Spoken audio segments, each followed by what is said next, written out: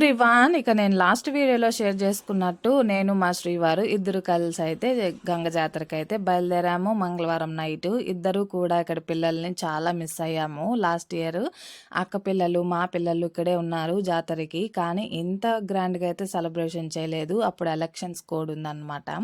ఇక్కడైతే మనకి మంగళవారము ఒకటి కాదు రెండు కాదు ఏకంగా 11 ఊర్ల జాతర చేస్తారు. మనం అన్ని కవర్ చేయలేకపోయినా మన సరౌండింగ్స్లో ఉన్న జాతరకి అయితే కంపల్సరీ వెళ్తాము.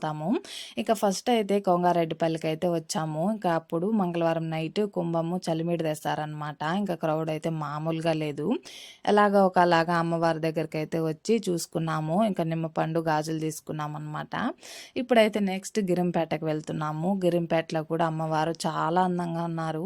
చూసేసుకొని అటు నుంచి అటే సంతపేటకు వెళ్తున్నాము. సంతపేటలో అమ్మవారిని ఇలా అయితే సెట్ చేశారు, కళ్ళు మూస్తూ తెరుస్తూ.